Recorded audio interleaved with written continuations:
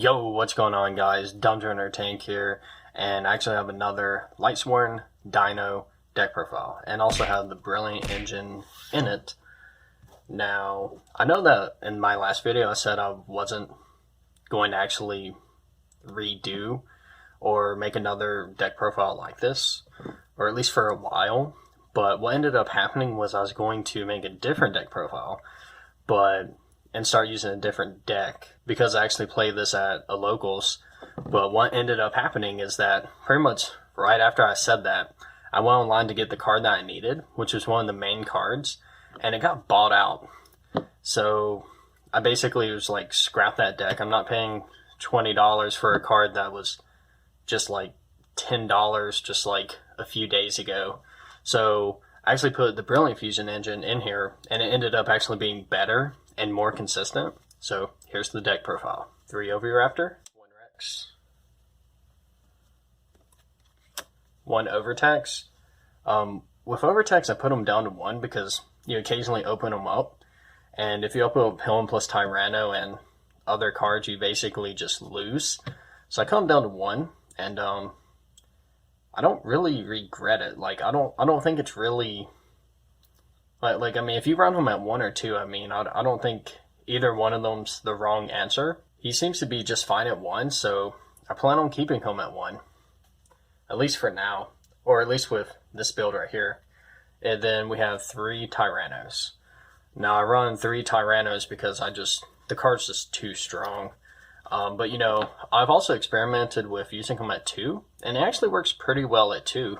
So can't really go wrong with 2 or 3, which is... It's kind of odd saying that because usually like ratios are more solid than that, but it's like you still occasionally open up like 1 or 2 of these, or you'll open them up and your opponent will have outs to your cards, and then you basically are just stuck with them because there's nothing in the graveyard to get them out with. Or sometimes you have double evolution pill and you end up banishing him out of your hand with double evolution pill, and that's usually not the most optimal thing to do. And onto the plants. 3 Lone Fire, 3 Scorpio. At first I was just running this at 1, and it seemed to work out pretty well, but, you know, it's like, you actually do want to open up with this card, so I had to bump it back up to 3. And whenever I go into side decking, I usually take a couple of these out sometimes, especially if I know I'm going to go second. 1 Cobra. Sometimes you open this up and it just ruins your hand. But we run Skull Dread, so sometimes we can fix that. And Glove Ball. So that's it for the plants. And Lightsworns. So 3 Raiden and 2 Wolf. That's it for the Lightsworns. Other monsters, we have 3 Effect Veilers for hand traps, 2 Snow, and 1 Garnet. So Garnet, of course, is a brick sometimes if you open home. Effect Veiler is actually pretty strong, like it just seems really strong. And Fairy Tale Snow, you can't really go wrong with running 2 or 3. Sometimes I wish I ran 3, but it's just like I didn't want to open up with it too much. But, you know, whether you run 2 or 3, you can't really go wrong with it. So the ratios are like a little weird because it's not really like set in stone or anything. Otherwise, Monster Reborn, Soul Charge.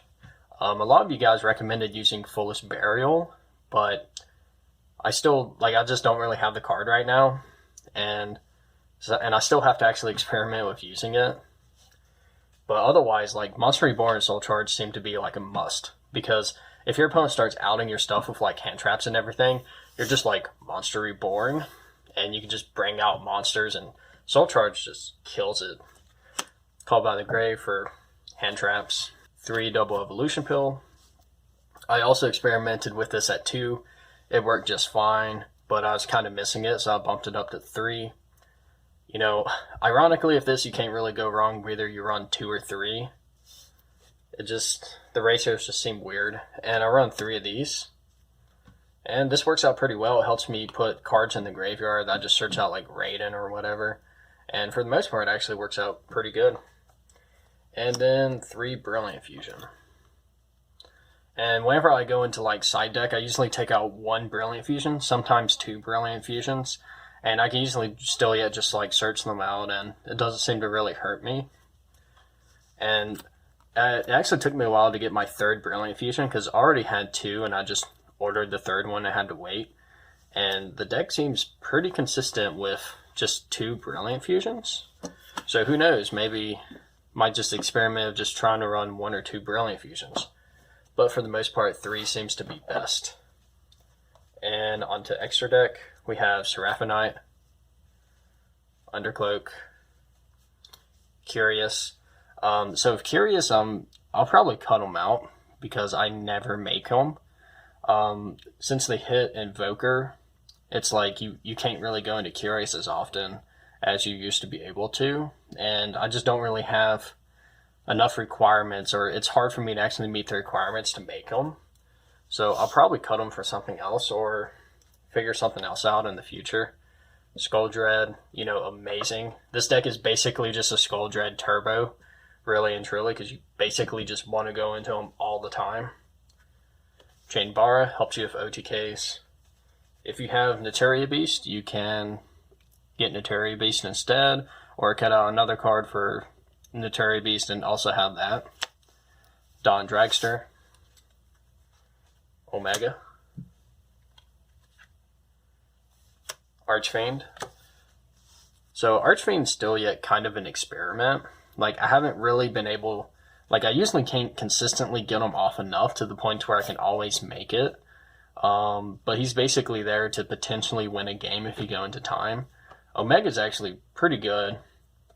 You occasionally get him off. You don't use him as often as you would in other builds. So Dawn Dragster occasionally comes up because you can basically get, like, especially if you have like Soul Charge and Monster Reborn, you can usually get them off, like have some like Lunefire plus Raiden, and you can basically just sit there and have like a spell / trap negate in addition to all your other stuff, because Cowboy for game is pretty strong, and Cowboy is actually a spicy card to have. You can consistently make them. Abyss Dweller, Exciton Knight. I have Minerva, and I'm thinking about cutting Minerva. So next time I do a build like this, it probably won't even really be a Lightsworn build anymore. Because it just seems like Minerva isn't that beneficial in this deck, because you don't have enough Lightsworns to really get her effects off properly.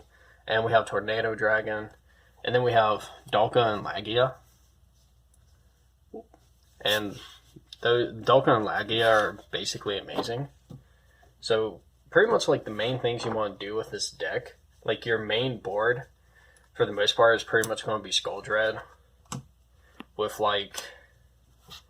typically with like an XYZ, so it'll typically be like Abyss Dweller, Dolka, sometimes Tornado Dragon, or Lagia. And then you'll also have something like a Conductor on the field.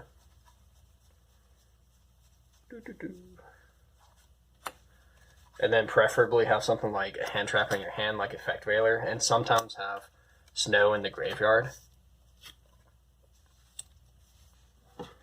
And that's basically like the field that you want. And occasionally, if you can really go off, you could even get like an Omega off, get a card out of their hand, and you also get Dawn Dragster. And something else I'm considering running is this. There's this one card, I can't remember the name right now, but he's basically a Synchro level 9, and Raiden plus Seraphinite makes him, and you can either set him because he's like 3k or 3100 beater, or you can basically rip a card out of your opponent's hand.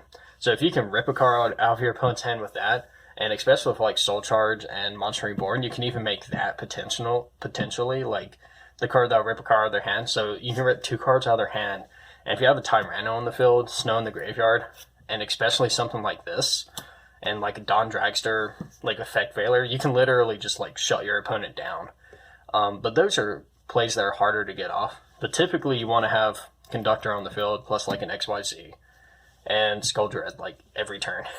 Like every first turn board, or the majority of them should actually look like that. I usually go into like Abyss Dweller, and sometimes you can pretty much do one of the Evolzar plays, and that's really optimal. But yeah, otherwise guys, oh wait, I gotta do the side deck real quick. So the side deck, so your side deck's probably going to be better than mine, especially if you have more expensive cards. But I just run 2 Ogre, 1 Dogoron. I'll probably cut Dogoron because I never use them. Raigeki and Dark Hole. I side these in all the time. 3 Twin Twisters. 3 Red Reboot because I hate back row. I'm actually thinking about cutting Red Reboot because this deck doesn't seem to really have that strong of an OTK. Well, I guess it's, yeah, OTK. You know, so if you Red Reboot and you can't kill them that turn, they basically +1. So I'll probably cut it for something else. Like maybe more back row removal or something. Or more hand traps. And then we run these. And I'm actually considering cutting these also. But I'm still working on like a side deck. And I'm not really willing to put in the money for something like evenly matched. So there's also that. But yeah, guys, let me know what you think about the deck profile. If there's any improvements, especially like budget improvements. If, you know, even like not so budget improvements, like I'm pretty much open to anything. But yeah, otherwise, Dungeon Runner Tank, signing out.